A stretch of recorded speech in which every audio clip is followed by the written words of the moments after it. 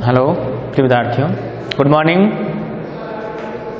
तो आज की क्लास में प्रश्नावली हमारी चल रही है 4 नंबर। तो उसमें है क्वेश्चन ने फर्स्ट आपका हो गया, सेकंड क्वेश्चन 4.1 का सेकंड क्वेश्चन जो बोर्ड एग्जाम में 6 नंबर का आता है। बोर्ड एग्जाम में 6 नंबर का आता है। ग्राफ बनाना। तो हम ग्राफ किस प्रकार से बनाएं? 6 नंबर का क्वेश्चन आता है, इजी भी है। अब प्रश्न में हमें क्या पूछा है? निम्नलिखित समीकरणों के युग्म को ग्राफीय विधि से हल कीजिए। 2 चर वाले रैखिक समीकरणों को सरल करने की 2 विधियां हैं। ग्राफीय विधि 2 विधियां हैं। पहली बीजगणितीय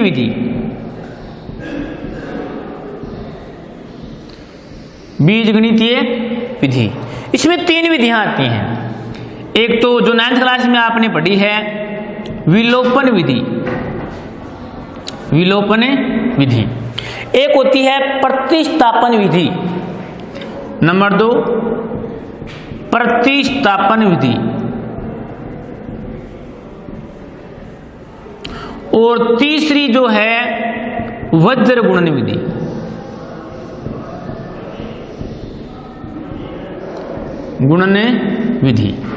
ये 3 विधियां हैं बीजगणितीय विधियों में। बीजगणित की 3 विधि है सरल करने की, विलोपन विधि, प्रतिस्थापन विधि और वज्र गुणन विधि। दूसरी विधि इसमें आती है, ये तो फर्स्ट विधि हो गई। दूसरी विधि है आलेखीय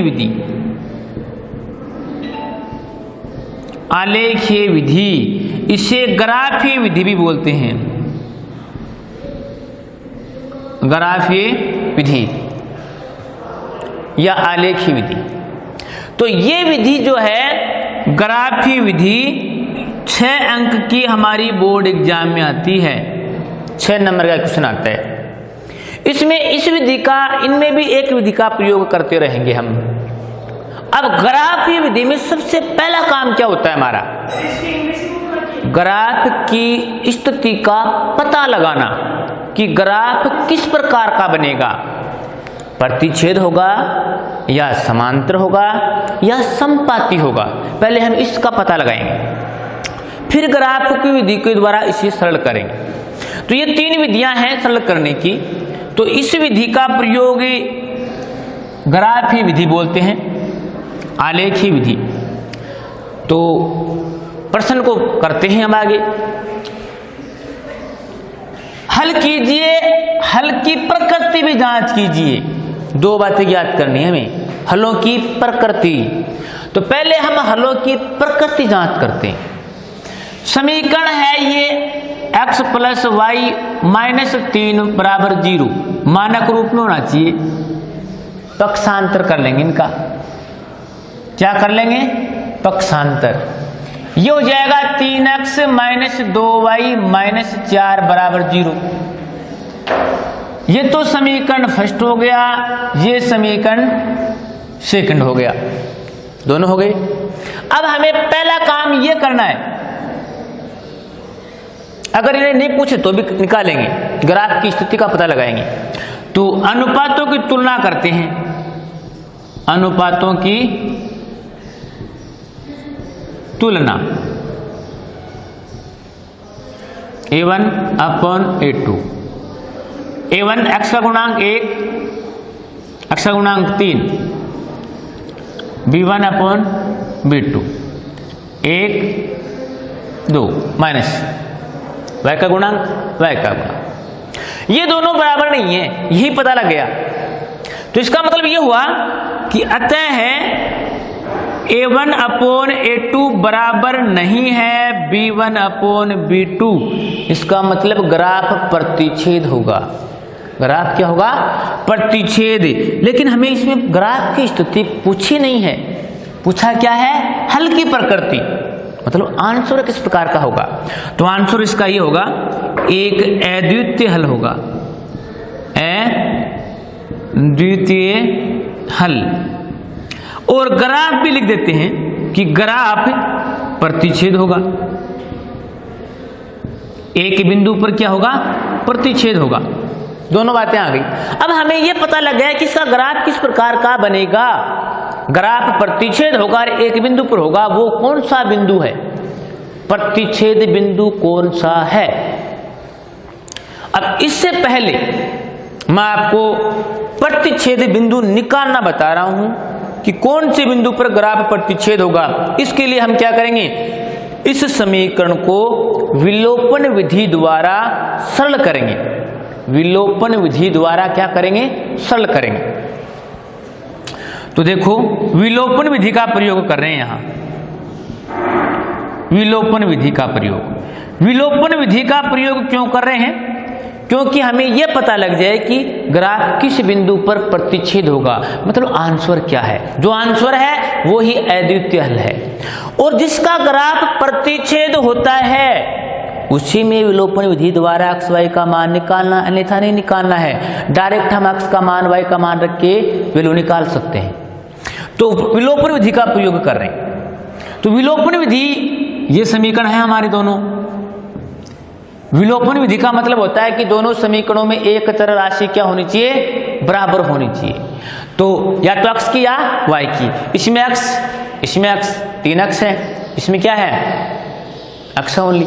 तो हम क्या करेंगे, समीकरण फर्स्ट को 3 से गुणा करेंगे, समीकरण फर्स्ट को 3 से और सेकंड को 1 से गुणा करने पर, तो इसको 3 से गुणा कर रहे हैं, 3x प्लस 3y बराबर में ले लो चाहे इसको, 3 3 9, 3 से गुणा, 3 से गुणा बराबर 3 से गुणा। समीकरण नंबर 3 नहीं आ गया एक। इसको 1 से गुणा, 3x माइनस 2y बराबर 4, समीकरण 4। ये दोनों समीकरण आ गए। दोनों में एक चर राशि बराबर हो गई। विलोपन का मतलब होता है दोनों समीकरणों में एक चर राशि का मान बराबर करके उसको विलोप करना। विलोप का मतलब है उसका मान शून्य बनाना। तो ये दोनों समान राशियां होंगी तभी मान शून्य बनेगा, लेकिन तब भी कब बनेगा, जब एक माइनस की हो और एक प्लस की हो। तो इसमें क्या है, दोनों राशियां समान तो कर ली हमने, दोनों राशियां समान कर ली, लेकिन इसका मान शून्य नहीं होता। इसलिए शून्य करने के लिए हम क्या करते हैं, या तो दोनों समीकरणों को जोड़ते हैं या घटाते हैं। तो इन दोनों का योग जोड़ने पर तो मान शून्य होगा नहीं, घटाने पर होगा, क्योंकि दोनों समान राशि समान चिन्ह की हैं। समान राशि समान चिन्ह की हो तो घटाने पर करते हैं, समान राशि असमान चिन्ह की हो तो जोड़ने पर करते हैं। तो इसको यहां क्या करेंगे हम, घटाने पर, घटाने पर करते हैं तो चिन्ह बदले जाते हैं, माइनस प्लस माइनस। अब ये प्लस के लिए माइनस की हो गई, विलोप हो गई, शून्य बन गया। प्लस के 3 और प्लस के 2, तो प्लस प्लस के दोनों हो गए 5y बराबर प्लस के 9 माइनस के 4, तो प्लस के बच गए 5। y का मान निकाल लेंगे, y इक्वल, इसका पक्षांतर करें, y की वैल्यू निकालेंगे 5 डिवाइड में हो जाएगा 5/5, तो y की वैल्यू आ गई 1। y की वैल्यू क्या आ गई, 1 आ गई। ओके, दोबारा देख लो कि विलोपन विधि का प्रयोग करेंगे, दोनों समीकरणों में एक राशि बराबर होनी चाहिए। अगर नहीं होती है तो गुणा करके करते हैं, किसी को भी कर सकते हो, या तो x को या y को। जैसे मैंने x को किया है कि यहाँ 3x है, यहाँ केवल x है, तो इसको मैंने 3 से गुणा किया, तो पूरा समीकरण 3 से गुणा होगा, न कि एक पद, पूरा समीकरण 3 से गुणा होगा। इसको 3 से गुणा किया है, इसको मैंने पूरे समीकरण को 1 से गुणा किया है, तो इसको 3 से गुणा करने पर 3x प्लस 3y बराबर 9, और इसको 1 से गुणा करने पर सेम टू सेम। अब ये दोनों बराबर हो गई। बराबर होने के बाद में दोनों प्लस की हैं, समान चिन्ह की हैं। समान चिन्ह की होती है तो घटाने पर करते हैं, तो घटाने पर तो चिन्ह बदलेंगे, तो ये विलोप हो गई। दोनों का योग 5y, 6 y की वैल्यू हमने निकाल ली। ओके, अब ये y का जो मान 1 है, ये समीकरण जो आपको अच्छा लगे, चाहे तो समीकरण फर्स्ट में रख दो, चाहे समीकरण सेकंड में रख दो, चाहे समीकरण थर्ड में रख दो, चाहे समीकरण फोर्थ में रख दो। जो समीकरण आपको अच्छा लगे, जैसा आपका दिमाग चाहे, जो आपकी इच्छा, किसी भी समीकरण में वाई की वैल्यू रख करे, एक्स की वैल्यू फाइंड आउट कर लें। किसी भी समीकरण में रख सकते हो, कोई प्रभाव नहीं पड़ेगा आंसर पर और समीकरण पर। तो समीकरण फर्स्ट में रख रहा हूं मैं। समीकरण फर्स्ट में y बराबर 1 रखने पर, 1 रखने पर, चाहे ये समीकरण फर्स्ट है यहां रख दो, चाहे इसमें रख दो, दोनों एक ही बात है। तो समीकरण है ये x प्लस वाई बराबर 3, तो x प्लस वाई का मान 1 बराबर 3, पक्षांतर करने पर x बराबर 3 माइनस 1, x बराबर 2। तो प्रतिच्छेद बिंदु आ गया आपका, प्रतिच्छेद बिंदु, जहां ग्राफ प्रतिच्छेद होगा वो है 2 और 1। पहले x का मान, बाद में y का मान, क्योंकि ग्राफ में x y क्रमित युग्म होते हैं। क्रमित का मतलब होता है क्रम से, पहले x का बाद में y का। तो x का मान 2, y का मान 1। तो ये प्रतिच्छेद बिंदु है, मतलब ये एक अद्वितीय हल है। मतलब ये दोनों x y के मान ऐसे मान हैं जो इन दोनों समीकरणों को संतुष्ट करते हैं। चाहे दोनों समीकरणों में आप x का मान y का मान दोनों में रख के देख लो, इसके जो बराबर में मान है उसके बराबर ही होगा, जांच कर लो। जैसे पहला समीकरण हमारा ये x प्लस वाई बराबर 3, इसमें हम x और y के मान रखें, x का मान 2, y का मान 1, तो x की जगह 2 और प्लस y का मान 1, तो कितना होता है 3, इसके बराबर है।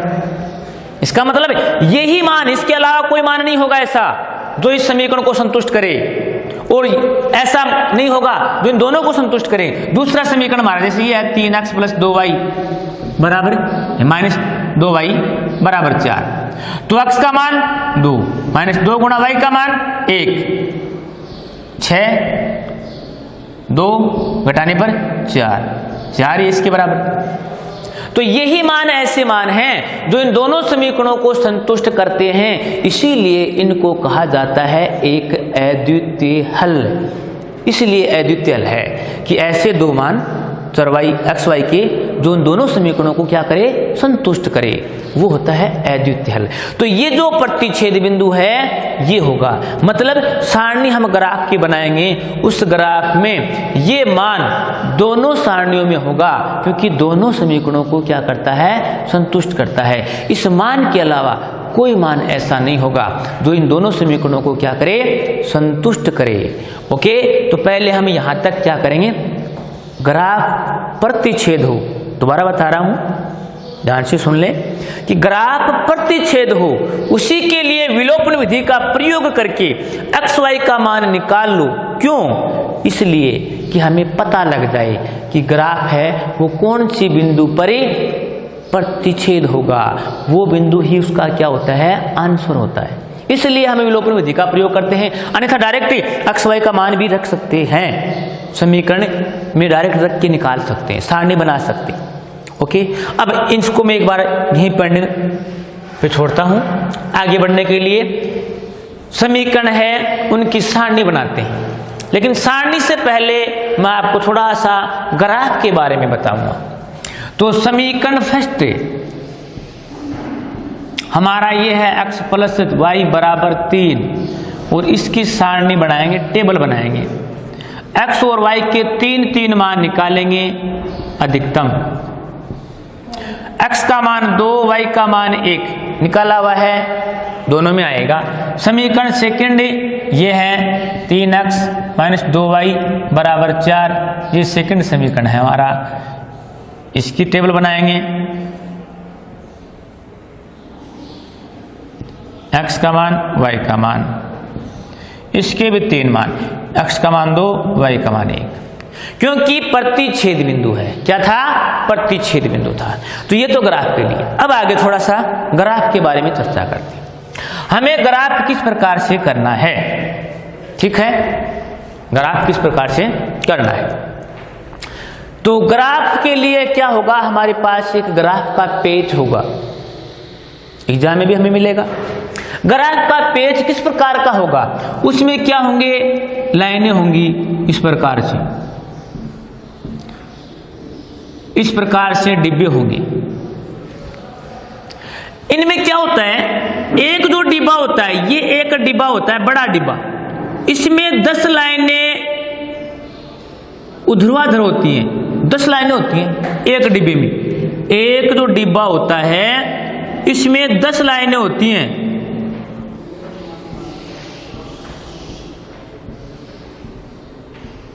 दस लाइनें खड़ी होती हैं और 10 लाइनें इधर होती हैं।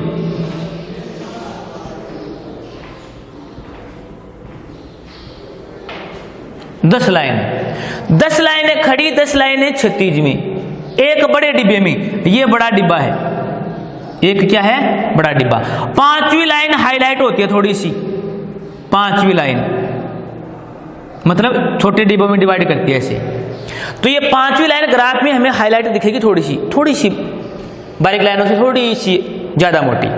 तो ये होता है छोटा डिब्बा, इसको क्या लेते हैं, छोटा डिब्बा। बोर्ड पे ध्यान, छोटा डिब्बा। ये होता है बड़ा डिब्बा। इस पूरे बड़े डिब्बे में 10 लाइनें खड़ी लाइनें, 10 लाइनें पड़ी लाइनें, यानी कि क्षैतिज लाइनें, और खड़ी लाइनों को ऊर्ध्वाधर लाइन बोलते हैं। 10 लाइनें, एक लाइन का मान 0.1 होता है, 0.1। एक लाइन किसके बराबर, पैमाने के अकॉर्डिंग लेते हैं हम कि एक बड़ा डिब्बा बराबर 1 इकाई ले, एक बड़ा डिब्बा बराबर 1 इकाई। इसका मतलब एक डिब्बे में 10 लाइनें होती हैं और 10 लाइनों के बराबर हमने 1 इकाई लिया है। 10 लाइनों के बराबर 1 इकाई, मतलब एक बड़े डिब्बे बराबर 1 इकाई का मतलब 10 लाइनों के बराबर 1 इकाई। तो एक लाइन का मान क्या होगा, एक लाइन का मान 1/10 अर्थात 0.1 होगा। क्या होगा, 0.1। ओके, कि पैमाना लेना पड़ता है हमें पहले ग्राफ में बिंदुओं को अंकित करने के लिए। तो ये तो बात हो गई पैमाने की, कि डिब्बे होते हैं, खड़ी लाइनें होती हैं, एक डिब्बे में 10 लाइनें होती हैं, छोटे डिब्बे के अकॉर्डिंग 5 लाइनें होती हैं। पैमाना छोटे डिब्बे के बराबर भी हम ले सकते हैं क्वेश्चन के अकॉर्डिंग। अब देखो, इसको ग्राफ में प्रकट करने के लिए हम क्या करते हैं, 2 लंबवत रेखाएं होती हैं, लंबवत रेखाएं एक दूसरे पर लंब होती हैं, जिस बिंदु पर प्रतिच्छेद करती हैं। 2 रेखाएं एक दूसरे को लंबवत जिस बिंदु पर प्रतिच्छेद करती हैं, वो बिंदु मूल बिंदु कहलाता है। मूल बिंदु, और मूल बिंदु के बेटे निर्देशांक होते हैं 0, 0,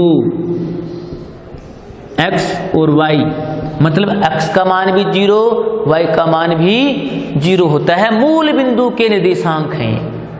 जो 2 रेखाएं एक दूसरे को लंबवत प्रतिच्छेद करती हैं, उस प्रतिच्छेद बिंदु का नाम होता है मूल बिंदु, और मूल बिंदु के निर्देशांक होते हैं 0, 0, यानी x का भी 0, y का भी 0।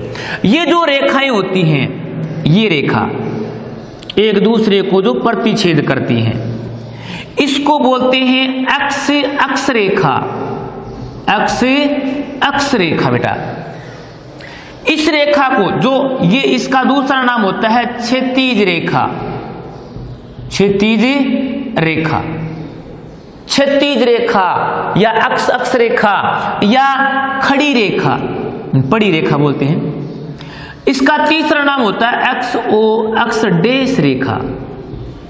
क्यों? क्योंकि ये रेखा जो होती है बिंदु के द्वारा अक्ष, ये मूल बिंदु को O द्वारा प्रकट करते हैं, और ये अक्ष डेश रेखा द्वारा प्रकट करते हैं। दूसरा होता है y डेश। तो इस रेखा को बोलते हैं y अक्ष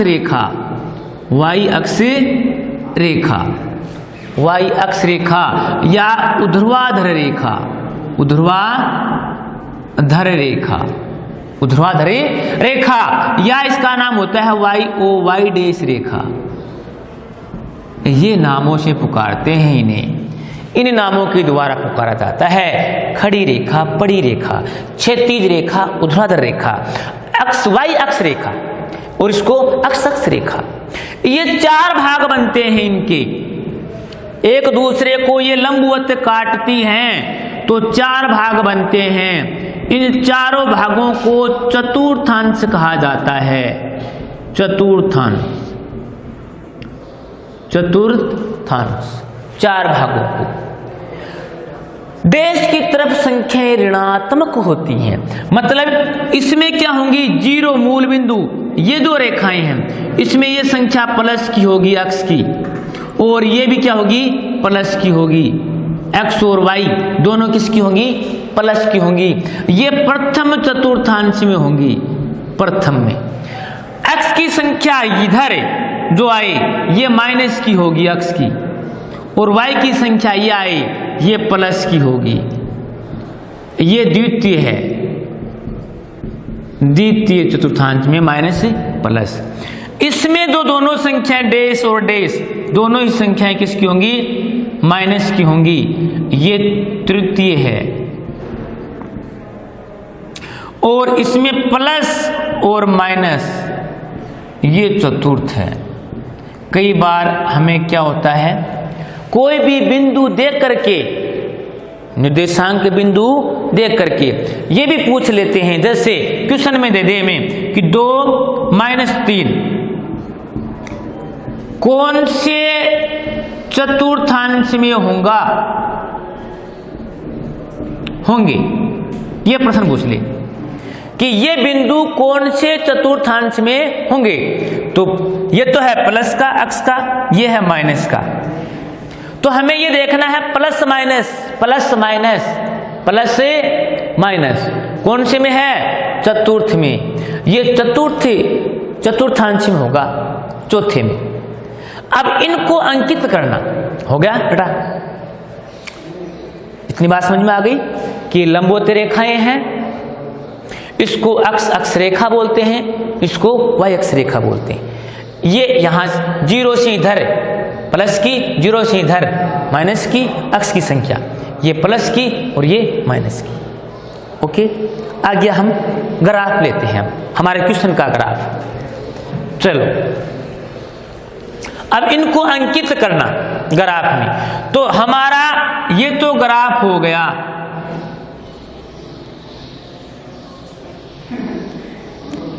एक्स अक्ष देश, वाई डैश, ये हमारा मूल बिंदु, ठीक है। अब हम क्या करते हैं, इसमें अंकित करेंगे किसको, इन मानों को। इनमें क्या करेंगे, सारणी के मानों को अंकित करेंगे, सारणी के मानों को अंकित करेंगे। तो इधर आते हैं, सारणी के मानों को अंकित करते हैं। तो पहले हम क्वेश्चन में जाते हैं, क्या करते हैं, क्वेश्चन में चलते हैं, क्वेश्चन में चलते हैं। तो क्वेश्चन हमारा ये है हमारा। इसमें क्या करेंगे हम, ये जो है समीकरण x + y = 3, इसमें हम क्या करेंगे, x का मान हम अपनी इच्छा से रखेंगे 0, 1, 2, 3, 4, 5 प्लस या माइनस। लेकिन x का मान 2 नहीं लेंगे प्लस का, क्योंकि हमारा रखा हुआ है, 2 को छोड़ माइनस का ले सकते हैं। तो x बराबर हम क्या लेते हैं, 0, अपनी इच्छा से रख रहे हैं, x का मान 0। तो x का मान 0 + y = 3, तो y बराबर क्या आ गया, 3। मतलब x बराबर 0 रखने पर, x बराबर 0 रखने पर y का मान 3, ये रफ कार्य है, ये रफ कार्य में दिखाएंगे। तो x का मान 0, y का मान कितना आया, 3, सारणी में हो गया। इसी प्रकार दोबारा इसी समीकरण में x का मान 1 रख लेते हैं, क्या रख लेते हैं, 1। तो x का मान 1 + y = 3, तो y = 3 - 1, तो y = 2। पक्षांतर करने पर 1 रखने पर x का मान x के कॉलम में, y का मान 2 y के कॉलम में। सारणी कंप्लीट, सारणी कंप्लीट। हो गया। इसी प्रकार से दूसरे समीकरण में ये है 3x माइनस 2y बराबर 4, सेकंड समीकरण है। इसमें भी हम क्या करते हैं, x का मान 0 रख लेते हैं। जरूरी नहीं जो मान इसमें रखे वो इसमें नहीं रख सकते, दूसरे भी ले सकते हैं, और इसमें जो रखे वो इसमें भी रख सकते हैं, कोई प्रभाव नहीं पड़ेगा। केवल एक मान ऐसा होगा जो नहीं रख सकते, वो है 2 x का 2 y का 1, क्योंकि दोनों में रखा हुआ है। अगर इसमें हमने x का मान 0 लिया है, इसमें भी x का मान 0 ले सकते हैं, समान नहीं आएगा कभी भी। केवल ये ही मान एक ऐसा होगा जो अद्वितीय है, समान होगा, बाकी कोई मान समान नहीं होगा। इसमें आपने x का मान 0 रखा, इसमें भी रख सकते हो, कोई दिक्कत नहीं है। तो x का मान 0 लेते हैं, 3 × 0 माइनस 2y बराबर 4, 3 को 0 से इंटू करेंगे 0 माइनस 2y बराबर 4, तो माइनस 2y बराबर 4 हो गए। y की वैल्यू निकालेंगे 4/-2, तो y की वैल्यू क्या आएगी, -2 आएगी, समान नहीं आएगी। x का मान 0, y की वैल्यू -2, कंप्लीट। ओके, इसी प्रकार से x का मान दोबारा रखते हैं, कितना भी माइनस का ले लो, प्लस का ले लो, कोई दिक्कत नहीं। जैसे मैं रखूँ x का मान -2, क्योंकि +2 तो रखा हुआ है, +2 रखा हुआ है, माइनस ले लेते हैं। x का मान -2, या फिर आप x का मान 1 भी ले सकते हो, कोई दिक्कत नहीं। -2, 3 × -2 -2y बराबर 4, इसको इंटू करते हैं -6 -2y = 4, पक्षांतर करते हैं -2y = 4 + 6 इधर जाएगा तो -2y = 10 और y = -5, y = -5, x का मान -2। ये सारणी बन गई, क्या बन गई, सारणी बन गई। अब हम क्या करेंगे, पैमाना लिखेंगे। यहाँ पैमाना हमारा क्या है, x अक्ष और y अक्ष पर एक बड़ा डिब्बा बराबर 1 इकाई, एक बड़ा डिब्बा बराबर 1 इकाई। तो यहाँ आ जाएगा डिब्बों के अकॉर्डिंग 1 2 3 4 5, इधर माइनस क्या जाएंगे, -1 -2 -3 -4 -5, 1 2 3 4 5 6, 1 -2 3 4 5 6, आगे पैमाने के अकॉर्डिंग। अब देखो x का मान 2, y का मान 1, x का मान 2 ये प्लस का, y का मान भी प्लस का 1, तो 2 और 1, इस 2 की लाइन और इस 1 की लाइन दोनों क्रॉस करती हैं, यहां खुले में रखना है इसको। फिर x का मान 0, y का 3 है, तो y का 3 यहां आ जाएगा, x का 0 है, x का 1 y का 2, x का 1 y का 2, ये यहां तीनों मान सीधी में आएंगे, तीनों मान क्या आएंगे, एक सीधी रेखा में। ये समीकरण हमारा पहला है, x + y बराबर 3। इसी प्रकार से दूसरा मान x का 2 y का 1, x का 2 y का 1 रखा हुआ है, ये रहा। फिर x का 0 y का -2, y का -2 ये आएगा, -2 -5 -2 किसका, x का -2 और y का -5 ये सामने आएगा। ये भी तीनों सीध में आएंगे। तो इस प्रकार से ये समीकरण हो गया हमारा सेकंड। और ये जो है हमारा क्या है, प्रतिच्छेद बिंदु है, प्रतिच्छेद बिंदु ए नाम दे दिया। इसको इधर डॉट डॉट करके दिखाओ, इधर डॉट डॉट करके दिखाओ, और प्रतिच्छेद बिंदु का मान कितना है, 2 और 1 ए बिंदु। इस प्रकार से ग्राफ बन जाता है और 6 नंबर का होता है। ओके, धन्यवाद।